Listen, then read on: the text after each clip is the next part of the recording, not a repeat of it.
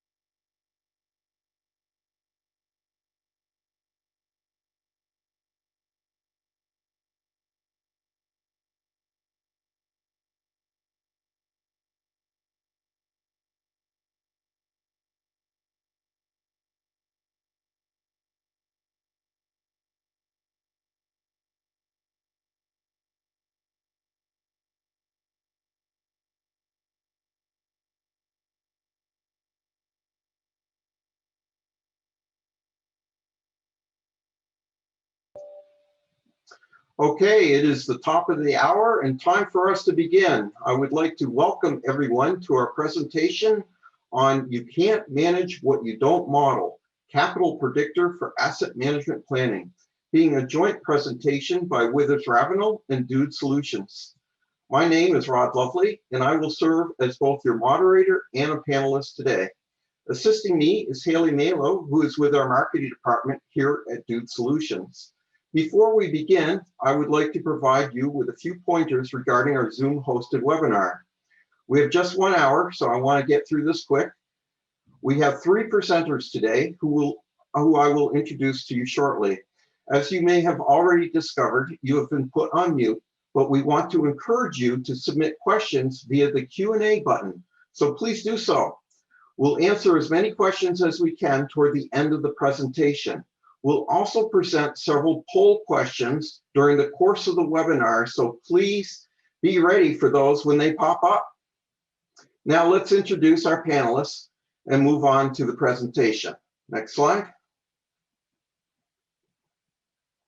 So that's me on the right. At Dude Solutions, I serve as subject matter expert in the field of strategic asset management, where I work with clients who manage all types of infrastructure, from roads to water to facilities. My experience is rooted in over 30 years as a professional civil engineer, where my main focus has been working with organizations such as yours to optimize investments in infrastructure to deliver the services your constituents expect. And for the past 5 years, clients and I have been working together with Capital Predictor and found that it's a great tool for this job. Joining me today from Withers Ravenel are Eddie Staley and Seth Robertson. Eddie is Withers Ravenel's Chief Client Experience and Innovation Officer. Eddie is a professional land surveyor and a certified GIS professional with over 25 years of award-winning project management experience. He focuses on designing, orchestrating, and improving Withers Ravenel's client experience as part of the Withers Ravenel Way. Eddie describes himself as always a surveyor and a GIS professional at heart, but I must say, Eddie has a passion for asset management and he knows his stuff, as I'm sure all his clients, large and small, will attest. Seth is Vice President and Director of Funding and Asset Management with Withers Ravenel, where he works closely with local governments to address all aspects of public infrastructure, including management and financial analysis. With over 20 years of experience assisting both private and public clients with their infrastructure needs, Seth is recognized as a leading expert in public infrastructure funding in North Carolina. In this capacity, he managed the North Carolina SRF program for over a decade, including serving as a national co-chair of the SRF EPA work group, where he worked to establish an asset inventory and assessment funding source. And with that, let's turn it over to Seth. Thanks, Rod. And we've already talked about asset management a lot just in our titles today. So I want to get into a little bit about what do we mean when we talk about asset management and kind of set the basis for the discussion that Rod and Eddie are really going to have, talking about some really powerful tools that Dude Solutions has developed and has available, and the way we at Withers Ravenel are utilizing some of those tools for our clients. But before we can really talk about why those tools are so great, we need to talk about what are the issues we're trying to deal with, what are the questions we're trying to get answered, and why do they matter so much right now. So first of all, just talking about asset management, and I have a definition up here that was provided by AWWA, and I'm a little biased. My background is more in water and sewer and stormwater, which kind of falls into this, but it's applicable across really much more than just those things. It basically covers any type of infrastructure, and more than just infrastructure, any type of asset. So when you think about assets, think about your infrastructure, your people, your systems, your processes. All of those things fall under the asset management and umbrella. And when we talk about asset management, a lot of times you'll hear us talk about asset management plans, which is kind of the foundational document and data that we put together to kind of start getting a handle on management. And then we talk about asset management programs, which is more of the day-to-day activities of utilizing that information to really make informed and strategic decisions. And if I had to really break down asset management into something as simple as anything, it's probably informed decision making. How do we make the right decisions at the right time, and how do we get the information we need to make those decisions? And I broke out a few just bullet points here that kind of capture the essence of asset management. Is managing the risk, the failure of key components, the risk that you have in your system. Once again, especially thinking of infrastructure, how long is it going to last? How long is it going to continue to provide value? How can we maximize that value? How can we maximize the life while minimizing the long-term costs? And how do we get the right funding in place to make the right investments at the right time? Next slide.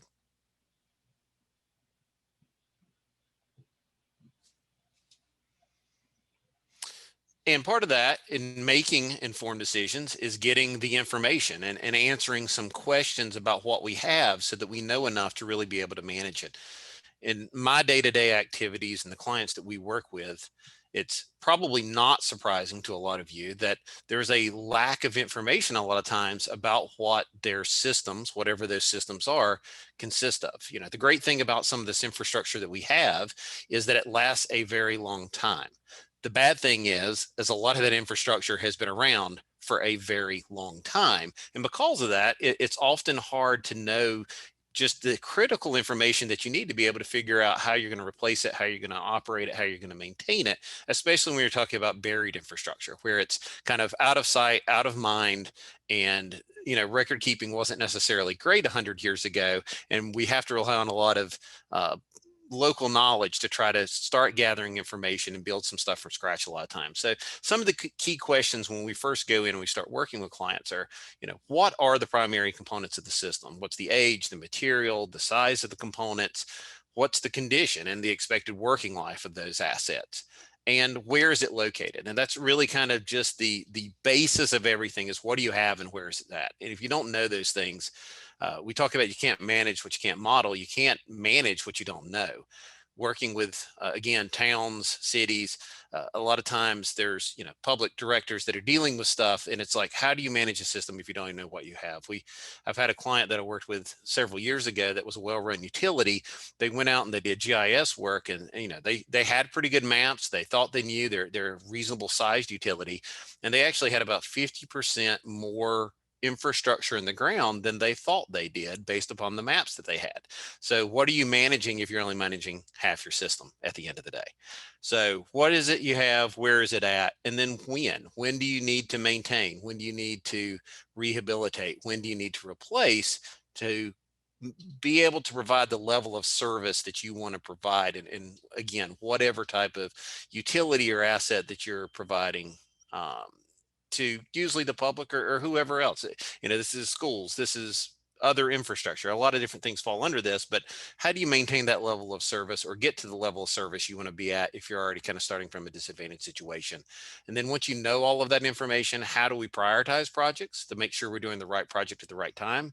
And how do we pay for those projects, knowing that there's a lot more need out there than financial resources available, and we can't address them all at one time. Next slide. So I'm going to go ahead and actually ask our first poll question when I talk about the slide here briefly. But knowing, what you do about asset management and what we've talked about, how many people actually have some type of asset management plan in place to take care of the things that you're dealing with now? And, there's a variety here of what people are going to have, in working again and answering those questions. A lot of times it starts with the mapping. It starts with an inventory of those assets. And it's a further step to actually have condition assessments and the financial modeling necessary to figure out how you're going to pay for things, and the planning that are in place. Find that most people are doing something. It may not be very formal, but they're probably doing something. And the reason this matters is, again, as you start talking about the age of a lot of the infrastructure that we're dealing with, there are just industry wide and basically any industry you can think of when it comes to infrastructure. And we're going to show some scorecards that I think a lot of you have probably seen. Again, a lot of this infrastructure was put in 50 to 100 years ago. A lot of it is now nearing the end of its useful life. And the result is we're trying to replace a lot of infrastructure at one time. We can't afford to do that. So how do we make sure we're doing the right things to manage risk the best way we can, to lessen the impacts to operations, to lessen the impacts to communities, whether that's the physical impacts of things happening, the financial impacts of doing this work, reducing emergency repairs, and having an effective use of the available funding that you had, getting the biggest bang for the buck that you can. And I'm going to say, I don't see the answers really quickly here. I don't know if anybody else does. I'm looking at Eddie and Rod. Rod, you're on mute, so I'm not sure. Haley, do you see the answers to the questions? Can we display the answers?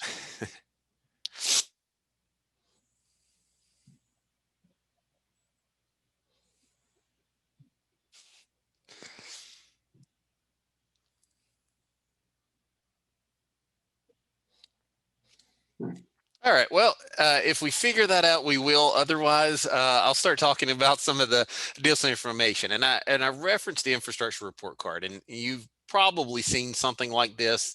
ASCE, the American Society of Civil Engineers, has put out these report cards for many years now. You see it going back to 1988. And the answer is we know that the infrastructure that we have in the United States, in particular, is aging. It's not getting better for the most part. We continue to defer a lot of things, and you see that exacerbated when you see things like the financial situations that we had at certain times dealing with COVID. It's not necessarily made things uh, worse, but it's just made the issues we had more pressing because we were just losing time. And realistically, if you look at the bottom line here in the infrastructure report card, all right, I just got the poll results, and the answer is it looks like we got a little over 60% that have something, still a third that did not have any type of asset management plan yet. And I guess I gave a relatively good explanation because we only have one what. So that's pretty good. And I think that matches up again with a lot of what I've seen with working with people. Most people have started doing something, uh, maybe not everything that they need to do, but they've at least started this process.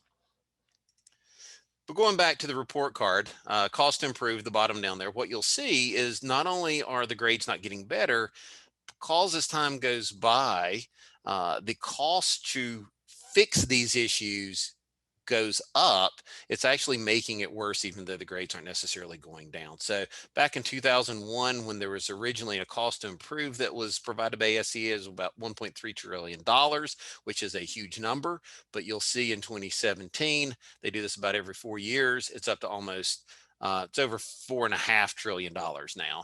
And again, the grades haven't necessarily gotten worse, but they haven't gotten better. And the cost to fix the issues and to catch up are getting really kind of away from us at this point.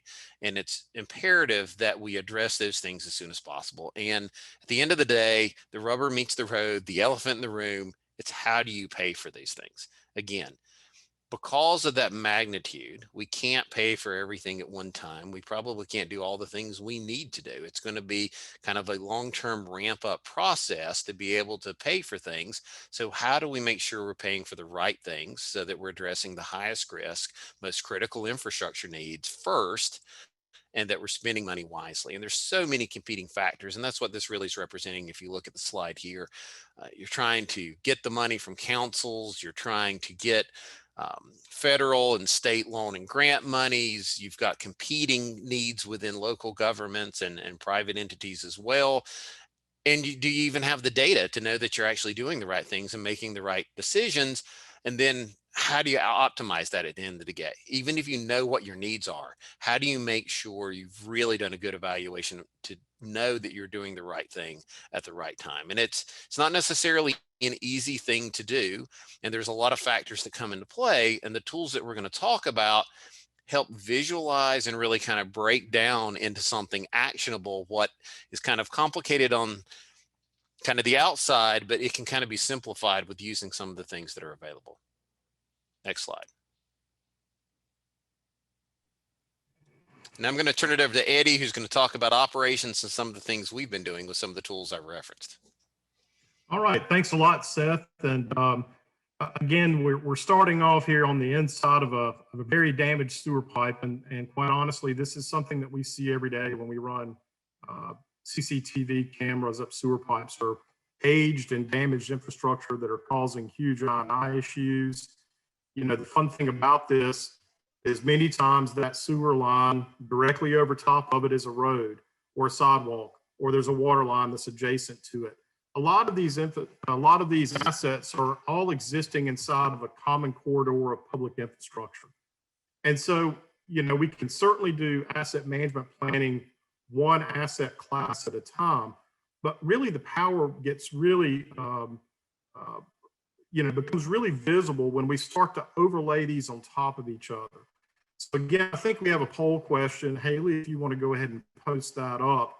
And that question is, do you currently have an annual budget for replacement or rehabilitation of any one or all of your asset classes that are out there?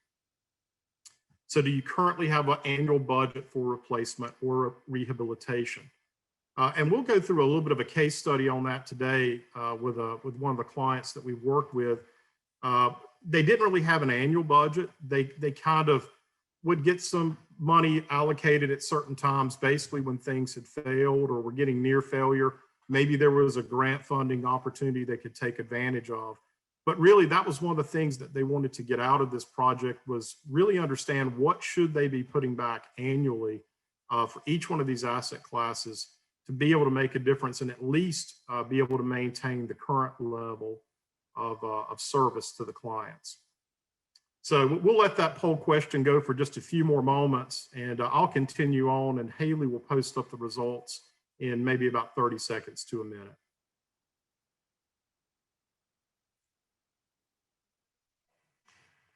So just as we talked about from the very title slide, you can't manage what you can't model. And so many of us are very familiar. We do this quite often. We build hydraulic models for water systems. We build hydraulic models for sewer systems. We build traffic models for roadway networks. And the reason for that model is we're trying to build this living document. We're trying to best understand how those assets are being used, what the demands are on them, where the risk may lie if we have a major failure in a given area. And ultimately, how that may impact other systems. Real quick, I will go back to our poll. I think the results are in. Looks a lot like 73% do currently have an annual budget, which is awesome that you have that, and about 27% say no. And that's pretty close to what we see often. The real question I like to ask many times is, of those that do have a budget, are you sure it's the right budget? Are we really putting back enough money? And in fact, if we look at a lot of the national data points that are out there, most of us are putting back about 0.5% per year. And if we do that, that means we're looking at a replacement schedule of about 200 years. And there are not many assets in the ground that are going to last 200 years. So again, that's one of the other questions that we often ask. And so one of the things we do with Capital Predictor, and we'll go through some examples of this in just a moment, is really we build a financial modeling tool off of the GIS data sets and off of the infrastructure information that we have, in order to really understand what those long-term and even short-term projects are, where that criticality is, where the risk is, and how we can mitigate those risks, and how to use those funds as optimally as we can. And again, as Seth pointed out from the report card, we are really in a U.S. infrastructure crisis. We have a lot of aged infrastructure that's out there. We haven't necessarily always saved and put back the amount of funding that we need to be able to replace this infrastructure. And it is quickly becoming a critical mass that is going to be a very difficult hill to get over. So of this financial asset model, using Capital Predictor by Dude Solutions, we like to ask a couple of really key questions of that model. And so one is, what is the best service level for a given amount of funding? So as we talked about earlier, 73% or so said they currently have an annual budget. How are we allocating those dollars? Are we optimizing and getting the highest return on investment? So I'm going to pause here for a moment. Again, we have one other poll question. Haley, if you want to go ahead and post that up. So what percentage of your utility system do you rehabilitate or replace annually? So with the budget that you have right now, as I said, as a national average, about 0.5% is what we generally hear. But where do you think you fall with the annual budget that you have today? So with that annual budget you have, are we using that revenue, that capital as best we can to optimize and get the highest return on investment? I know many times when we talk about transportation or pavement rehabilitation, we use a term in the industry called worst first. We seem to like go to the worst road. Well, those are the most expensive. And if we let those roads get to that level of deterioration, the remedy is extremely expensive. Whereas if we did more preventative maintenance or got ahead of that major turn in the in the life cycle curve, we could basically lengthen the life of that road for, quite a bit less money. The same thing applies for water, for sewer, for stormwater, all assets. Everything requires some type of maintenance. Understanding where those critical points are and being able to put those dollars to those areas before it gets to a really high critical level can make a big difference in the financial model. The other question we often ask is, if we were to increase that amount of money that we have allocated each year, how much would that change asset performance? So again, if we self-rated, looked at our particular assets, water, sewer, road, whatever it may be, and we scored ourselves as a D, if we added $100,000 a year, would that keep us at a D? Or would that move us up to maybe a C minus? Or would it even move us to a C or a C plus? And so understanding if we run it through this model, how that could change that asset performance, it just allows us to have a deeper conversation with the stakeholders, with the decision makers, with our elected officials, better be able to display how that additional funding could make a difference in our community. The third question we often ask is, ultimately, if we have a target that we want to bring these assets up to, how much funding would that require? So if we set a goal of, well, we're a D minus today, and in 10 years, we would like to have our assets basically scoring at maybe a B plus or a C plus, whatever goal we set, this model can help us understand what those funding needs and what will be required to be able to get that to that level of service. The last question, and we'll circle back to this one at the end of the presentation, but how do we start to blend this information in with growth and new development? So many times when we talk about our capital improvement planning, many times that's focused on, well, there's a new community or there's some growth that's happening in our community. How are we going to handle that growth? How do we build in rehabilitation and replacement and the upkeep of our existing infrastructure along with our capital improvement planning? So Haley, I believe the poll was closed out. Do we have those results that we can share? Fantastic. So again, we have some at 0%, 0.5%, right where we would expect it to be. As we mentioned earlier, that's pretty common. We've got some really good folks that are doing more than 2%. Or at 2%, that's basically about a 50-year life cycle for most of our assets. I think that's probably the right place to be. But again, are we fixing the right and replacing the right assets at the right time? Still a great question. So when we look at Capital Predictor, it's really a strategic asset management tool. So as Seth mentioned earlier, we have to have kind of the what do we have answered first. We have to have a physical asset register.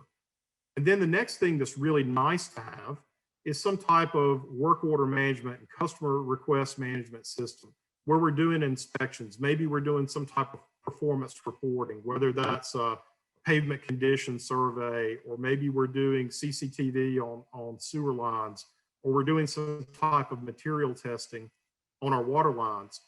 All that information can be basically pushed up into the strategic asset model and start looking at what that life cycle model may look like, what that funding model may look like, run some what if type scenarios. So again, those two pieces, the asset information and the tactical asset management, are definitely foundational to strategic asset management, but ultimately they're not really required. We can actually still do some pretty good modeling, even if some of those things aren't in place. There will always be gaps in the data. We know, again, I'm a GISP, I've been at this for a long time, and I've never seen a perfect GIS in my entire time. I've seen some really, really good ones. I've seen some that were okay and some not so great. But ultimately, there's data there. There's more information there that we can basically consume into this model. And this is a quote from Warren Buffett. I think it's spot on for what we talk about today. It doesn't have to be perfect. It doesn't have to be right. I'd rather us be approximately right than precisely wrong. And so take what we have today, the information that we have today, run it through the model, and let's start some of that planning. one thing the model is going to do is help you understand where those gaps are and where we may need to put some other resources to fill some of those gaps. So let's dive a little bit into kind of the startup of developing a capital predictor model. So as I mentioned first, we have to have an asset inventory. Again, that could be as simple as a spreadsheet. We certainly like to use GIS data and consume it from there if possible, just because of some of the outputs and some of the capabilities when we have that kind of data. The next thing we do is we build a model. This is the decision tree. This is how we determine when treatments are applied and what those treatments, how those affect each one of those assets. And then the last piece is sort of a strategy, the budget. What is our risk tolerance? What service level targets are we reaching for? So this is one of the clients that we've currently worked with and developed a capital predictor model. This is in the city of Sanford, North Carolina. And so they have a pretty robust asset register. That's not to say that they have every piece of information in the GIS. They still have gaps. They're still filling in gaps, and they probably will be for decades to come, because there's just a lot about the system that is older, that there's really only one way to find out about it, and that's even in some of these cases to dig it up and take a look and see. But they began with that GIS data.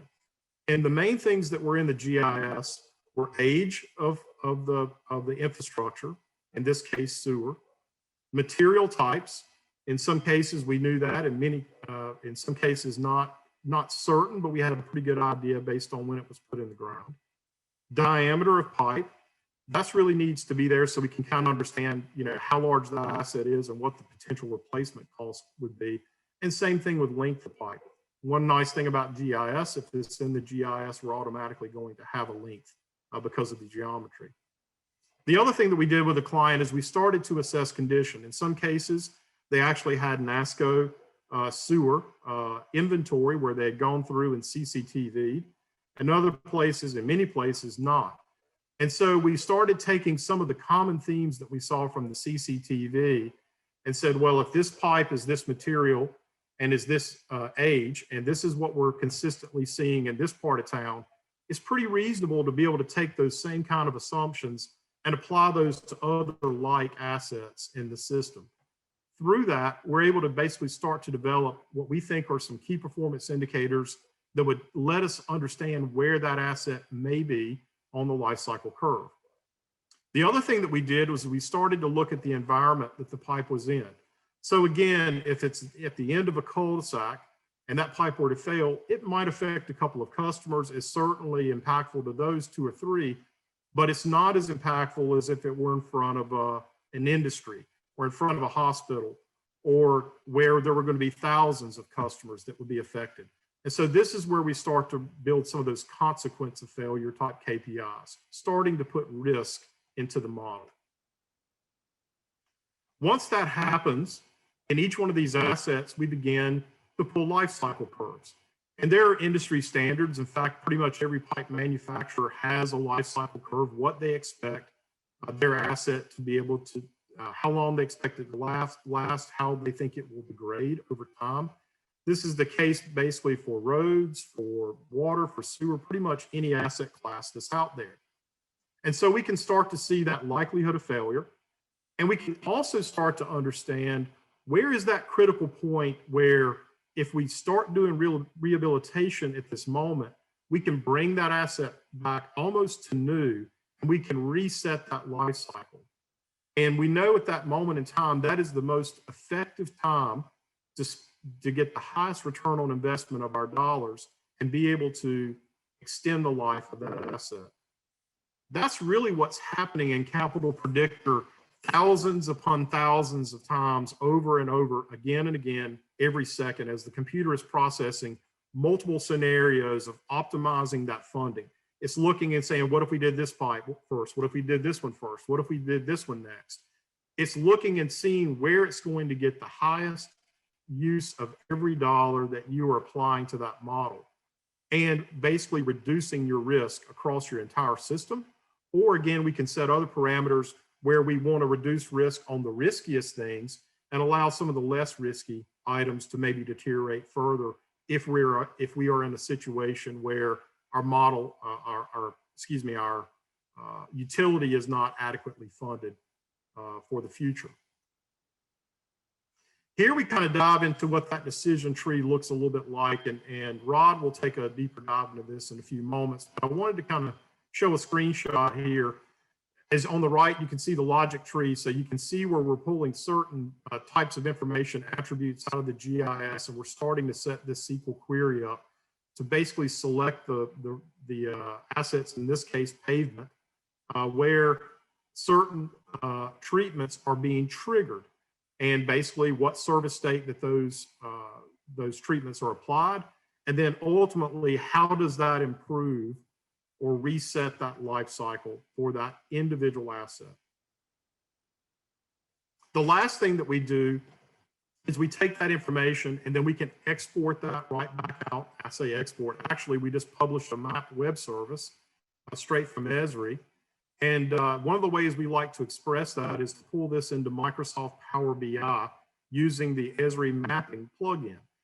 This allows us to be able to slice and dice data, to be able to ask questions. There's actually artificial intelligence that's built into Power BI that will help you make decisions. And really, this is where the decisions become data-based and not so much kind of what we like to call the belly button approach, right? Where it's that gut feel, well, I feel like we should do this, or I feel like we should do that. It becomes more data-driven. And I think whenever we have a more data-driven solution, that allows us to have a deeper conversation with our elected officials, and we can show consequences of decisions. We can show a higher return on investment, and we can show how we're optimizing every dollar that is available. The other thing that we were able to do inside of the city of Sanford, one of the benefits, is we were able to look at areas in town that were low to moderate income. Well, in those low to moderate income areas, we can actually go after community development block grants for infrastructure to replace water and sewer in those areas. And so it can help us understand and find areas where pipes are starting to deteriorate and where we may be able to find external funding sources to help cover the costs there, instead of having to put all that burden back on the municipality or the utility, which ultimately goes back to the ratepayer. So that gets into the funding strategy. So when we look at the funding strategy, what's really nice here is that basically we have this really nice kind of color chart. It makes it really easy to understand. We can start to see, well, if we fund at $500,000 per year, we're doing okay for the first couple of years, but we're really starting to lose ground. And we're spending every dollar of that and continuing to defer maintenance and defer replacement year after year. Versus if we went to $1.5 million, we can see that we're actually maintaining or keeping that same level of service, but we're also seeing the years of spikes where we're going up to almost 3 million, all the way out here to 2040. We're now pushing almost $4.5 to $5 million worth of infrastructure needs. So by doing this 1.5 million, we're actually starting to build a bank now to be able to pay for some of these larger costs down the road. And that kind of goes to what Seth was saying earlier, is understanding those long-term needs and start planning for that today, because we can make that kind of gap get closer and get closed with external funding or maybe rate adjustments and address that 10 or 20 years down the road. But that is a really difficult hill to climb here. If we're 3 to 4 years out, that gets very difficult even with external funding. So having that long range picture in addition to the short range is really a big deal.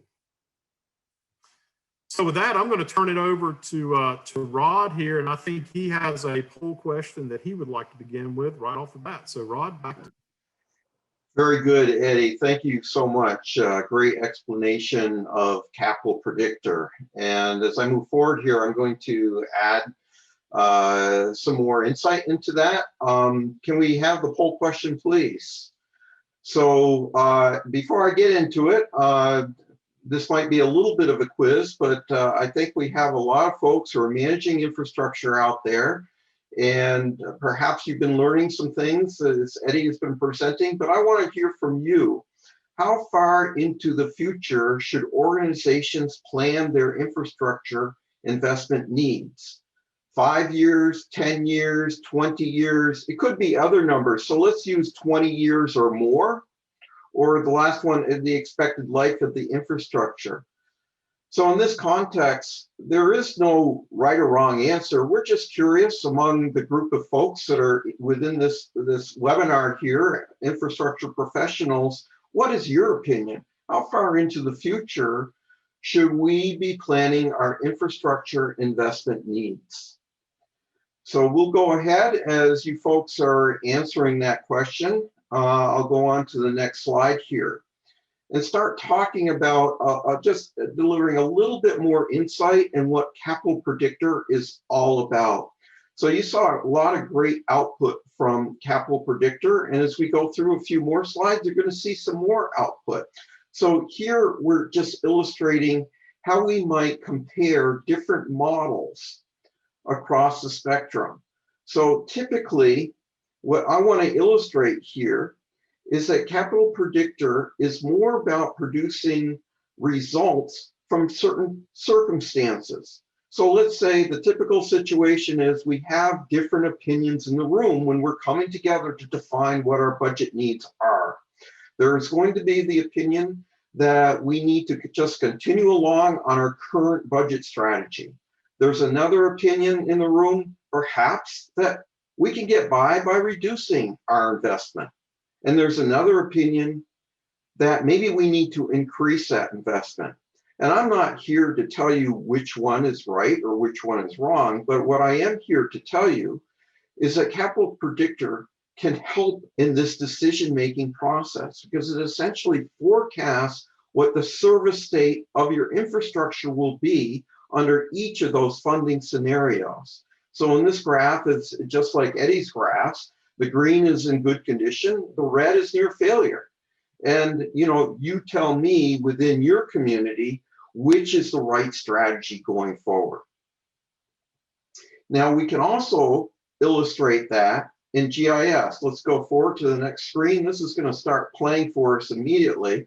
So again, just another way to present results. Here it started out with a lot of red on the map. This is kind of the fix everything result, right? This is a water system that we created a model for. One of the options, of course, is, well, what if we fixed everything? So we just put that together just for illustrative purposes, just to indicate that we have different options with the output from Capital Predictor and how to display that and communicate it with your stakeholders. What we find as we go out there, that's an essential component, is how you communicate the results and what your funding needs are with your stakeholders. Oftentimes, the folks that we work with, you already know what your funding strategies need to be, and the challenge is how you communicate that.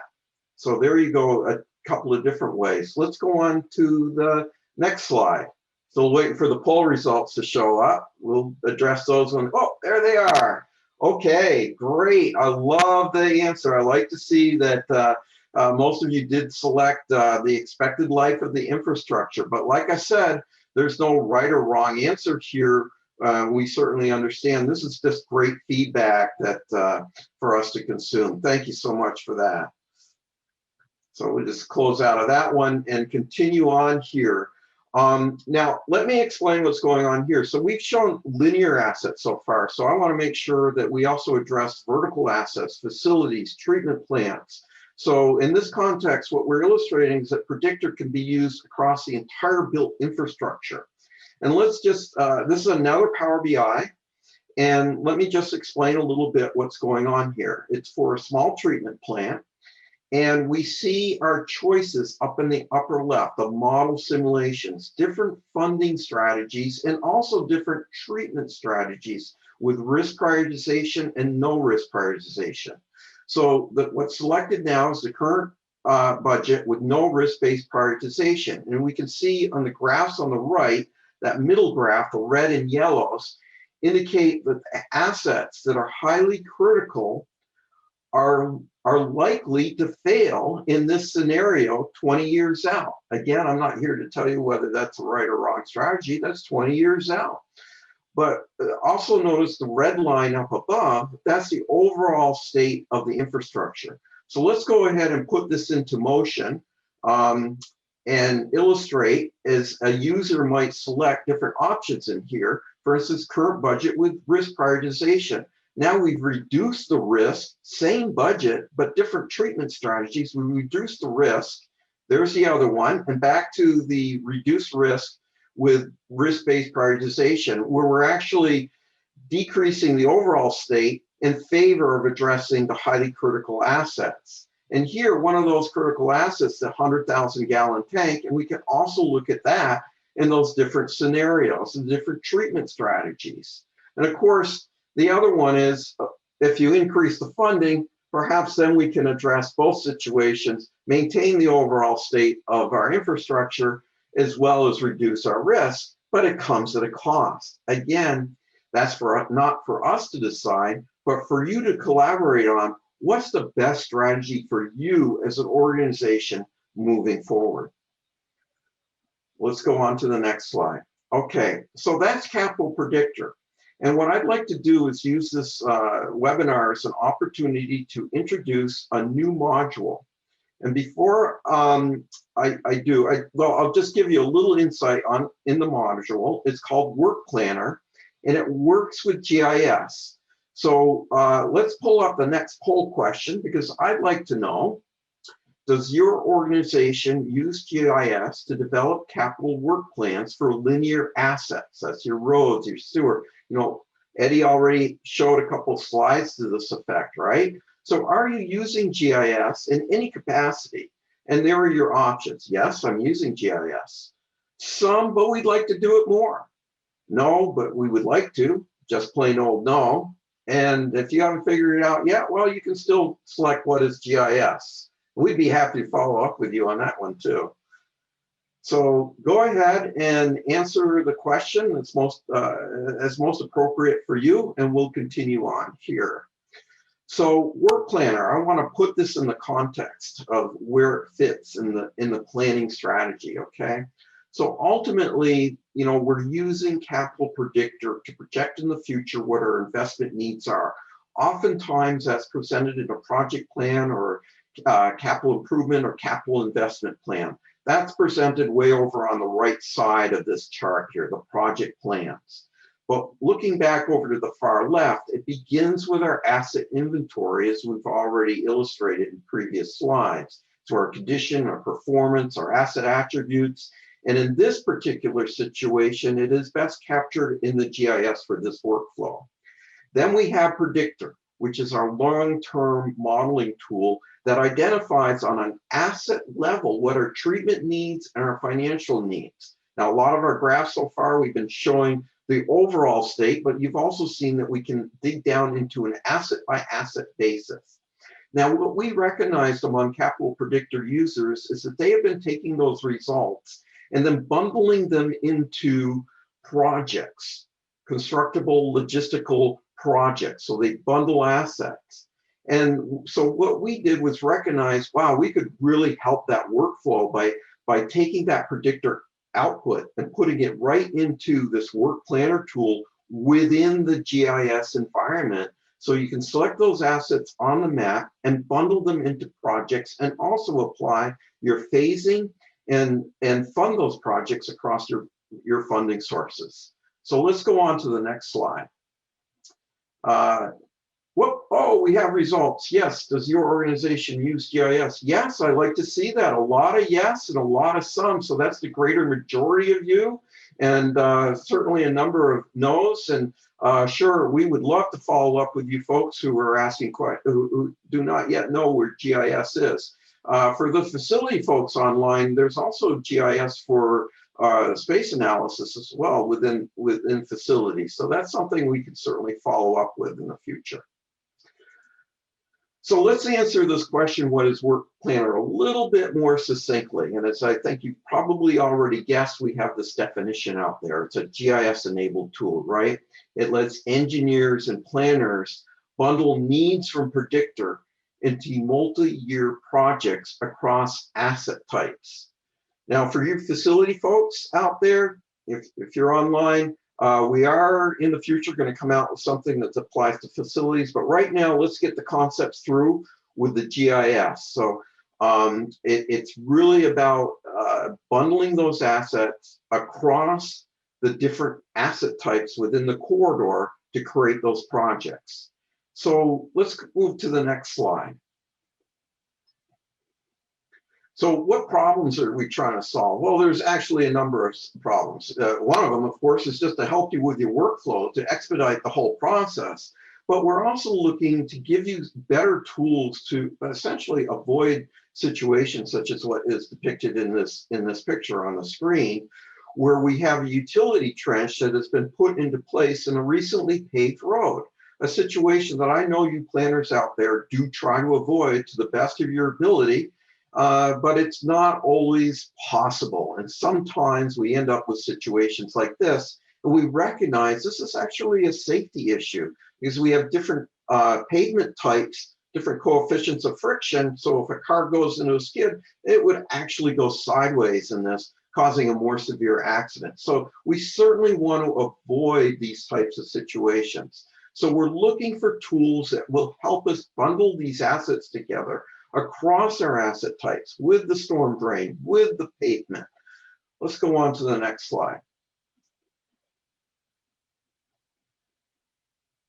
All right, so this is the working environment for Work Planner. It works inside of Esri's ArcGIS Pro. Technically, it's an add-in for ArcGIS Pro, and it's a module for Capital Predictor. So it uses Capital Predictor output.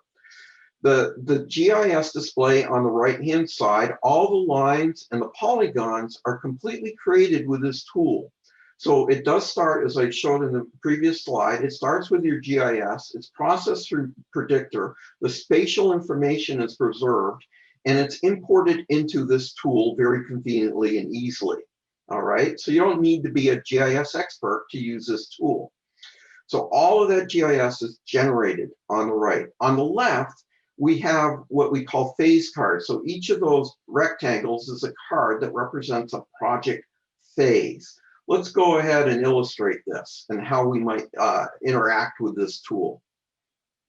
So what you're going to see is that you can click on these phases and it'll zoom to that location on the map for you. So you can quickly identify where you are. Now watch the graph on the left as we move a phase from one year to another. As you see, the graph will update and illustrate for, whoop, that went a little bit quick, but it does illustrate some interactivity so you can plan those phases out.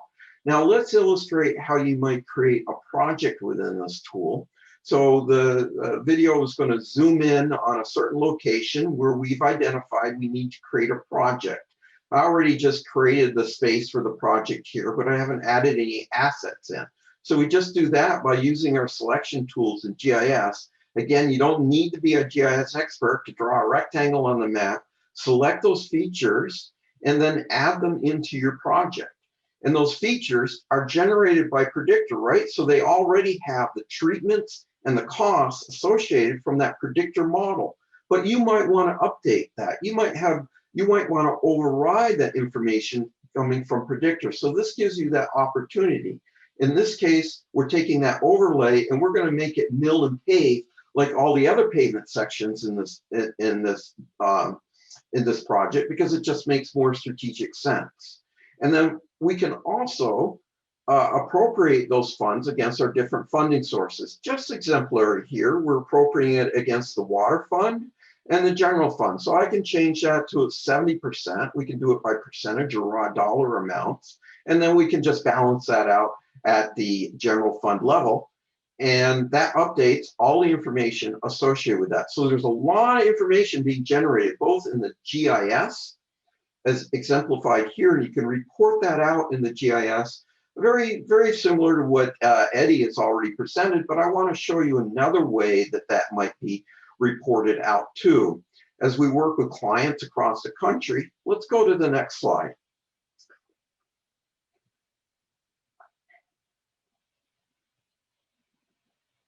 Are we able to go? There we are. Great. Okay, let's not play it yet. So what we've recognized, not everybody is doing, but certainly a lot of communities we've recognized are creating their capital investment, capital improvement plans digitally in PDF documents or as web pages. And some organizations are even putting those GIS maps as illustrated here within it. So this this illustration essentially mimics what we're already seeing out there in the world. Now, we ad-libbed this a little bit. We added some more some criteria within this, but essentially this is just output from the Work Planner tool brought into the Power BI environment, where we can illustrate and allow stakeholders to explore our project planning scheme, adding transparency to the process. So let's go ahead and play this one. And what, just to illustrate the interactivity that can be negotiated here, selecting a project, and of course the map will now update for us, so we can zoom to that, and then we can actually drill down into a broad project sheet. Again, all of this data is just generated through the Work Planner tool. There's our phases and our individual assets. And of course, we can also apply our descriptions and justifications that are also captured in the work planning tool. So I just wanted to show you the art of the possibility, if you will, through that entire flow, from your asset inventory through Capital Predictor through Work Planner, and then what the end result could look like. And we, as well as Withers Ravenel, are here to help you through that process. So with that, I'd like to turn it back over to Eddie, who will show you some more ways in terms of growth modeling to utilize that predictor output. Take it away, Eddie. All right, thanks a lot, Rod. So we're getting close on time, so I'm going to move through this a little bit quickly. But one of the other things we did with the city of Sanford is we went through a comprehensive growth model where we looked at their land use plan and where their areas of growth were, and started to develop some of those hydraulic models that we were talking about earlier for the sewer system, and putting those demand projections and the timing of those demands. And then we were able to put that information right back into the Capital Predictor model. And so one of the things that we see when we run through this, we actually see this is a line, a sewer line, a main interceptor that is going to need to be upsized in the future. So we can take that information from the hydraulic model, put that back into the Capital Predictor model, and it starts to use that as part of its calculation and part of its intelligence and decision making. One of the things I can do here real quick is hop out to a live of this. And so as we were showing earlier, we have that same kind of chart here. I can look at each one of the different scenarios. I can go to that gravity sewer map, and this is inside excuse me, inside Power BI. And I can look and see, well, what is planned for the next 4 years from 2021 to 2024. These are all the pipes that are scheduled for replacement in that time period. I can quickly come in and do a selection and say, well, how much would this project here? That's $66,535 worth of work that we're looking at. The same kind of thing can happen here too on the growth side. If I have a development that's coming in and I'm looking at, you know, what are the costs to basically be able to serve this development, there's $21,478 worth of capital costs that are inside this basin that will eventually help pay for this needed sewer line upsizing.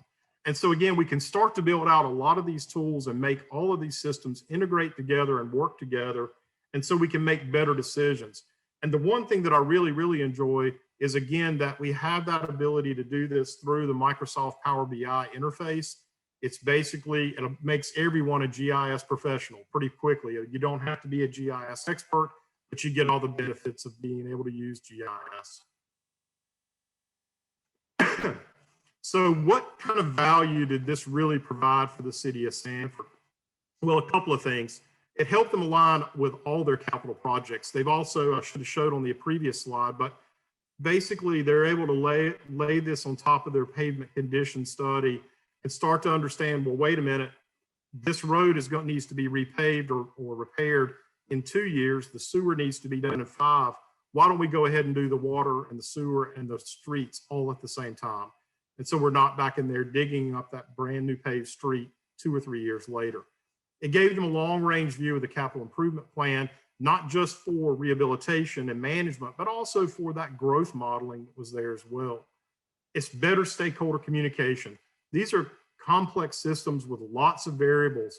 being able to show that graphically and demonstrate it to the stakeholders helps to everyone to have better understanding and a better conversation around how do we close some of these funding gaps? How do we most effectively use that available funding that we have?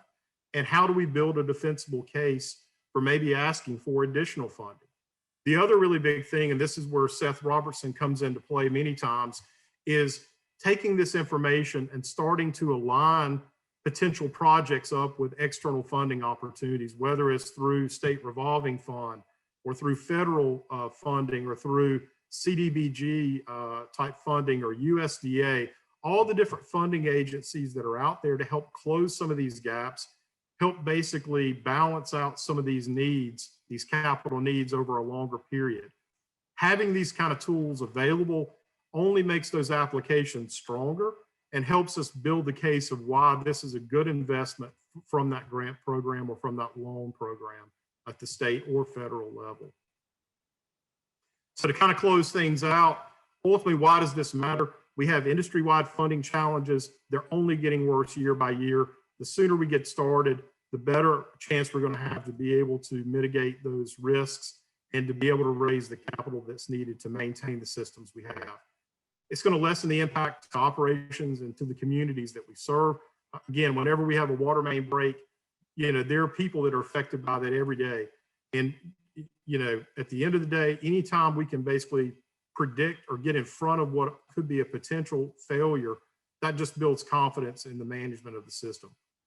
Reducing emergency repairs, ultimately, that emergency repair costs a lot more than the preventative repair. And so we know we would rather take those dollars. It's a more effective use of that available funding to get in front of those emergency repairs and understand where they may occur sooner rather than later. So with that, I'm going to turn it back over to Rod for the last couple of minutes for questions and answers. I think we have a poll question here as well, but certainly feel free to type into the Q&A box any questions that you may have.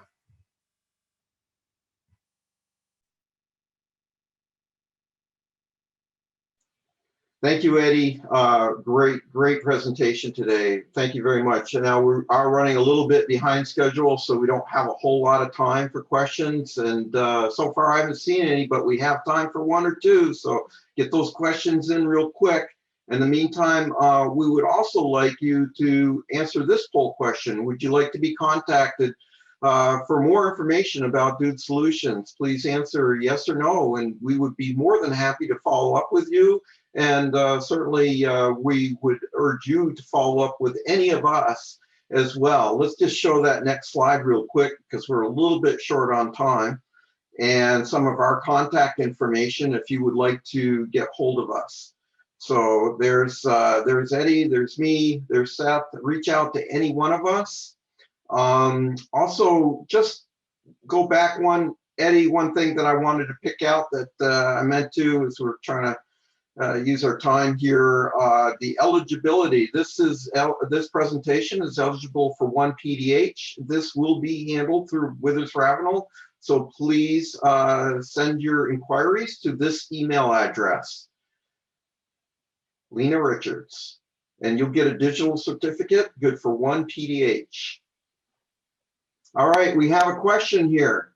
If we're using Asset Essentials already, is the data transferable to Capital Planning Tool? Yes, currently it is an export, but that's something that we are working in the future to streamline that process. But for right now, it's an export, and we have clients using that effectively. You export the data, and we import it into Predictor, and there's a pretty well-defined workflow for that. So absolutely, we can use that data right out of Asset Essentials.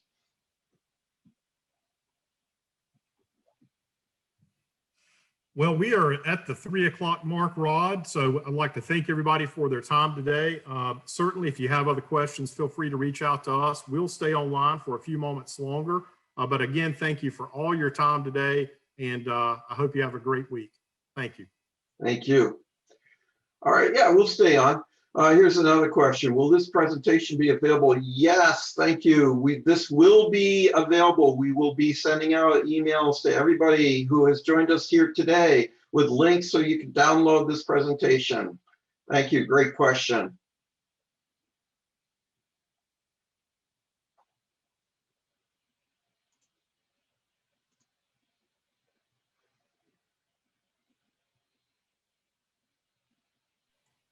And I All think right. there are a couple of questions in the chat too there as well, Rod. And someone was asking about this being available for K-12 schools. So again, I think, we can certainly answer that. Yes, it does apply to vertical assets as well as linear assets. So Thanks for Rod, pointing that out, Eddie. Yes, absolutely. Yeah, as we illustrated, Predictor is asset agnostic, if you will. So these concepts as presented here today, even though we did focus more on those linear assets, the same uh, theories apply across all infrastructure in terms of long-term financial planning with Capital Predictor, and we're more than happy to engage you with schools. We're actually talking to a few right now.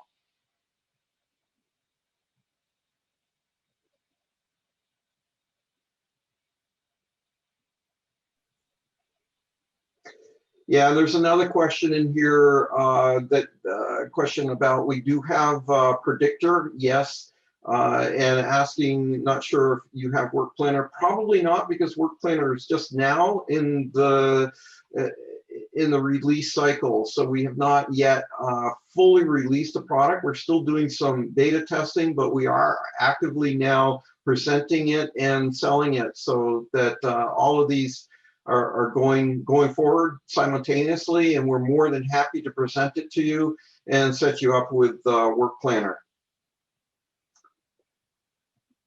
Okay, more questions coming in. I guess they're coming in on the chat rather than the QA session. Let's see, let's answer the next one. If it helps K through 12 schools, could this be sent to our school system with ability for you all to have a follow-up meeting to be more school specific if they choose to meet with you? Absolutely, certainly. We would be happy to do a presentation that's more focused on the school building portfolio with your challenges in terms of roofs and HVAC systems and plumbing and all the other infrastructure that is pertinent to for your school buildings. Another question. Can you change my answer about being contacted? I was told you were working on a pared down version for schools. Yeah, that's good. We didn't introduce that, but we are coming out, as you can see now that Predictor has been with Dude Solutions just since April, and we're already striving to come out with new applications for the product, for the Predictor engine. And that Work Planner is the first one out of the gate. The next one will be what we're calling internally Predictor Core, which is a much simpler version that is specifically for facilities with a defined model that gives you all the great output as presented here today, so that you can make those strategic decisions with Core. And we anticipate that a number of organizations will be happy with Core, but you always will have the opportunity to upgrade to the full Capital Predictor Enterprise, as we have been presenting here today.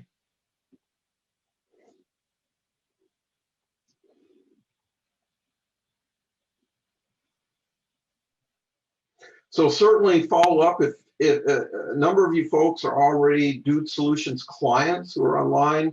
Certainly follow up with your contacts at Dude Solutions, and we'd be more than happy to follow up with you and give you more in-depth presentation that's specific to your use case. And certainly, follow up with Eddie and Seth as well, if you have some more strategic asset management needs that would suffice or be more appropriate for their expertise to get involved with you. And they have all the tools as shown here today that they can bring to the table to help you through your investment needs. And with that, we've gone over a few minutes. We certainly appreciate everybody who has participated today. Great questions. Definitely follow up with more through email. We'll be sending this out to you. Thank you for your participation. We're going to go ahead and sign off now. Thank you.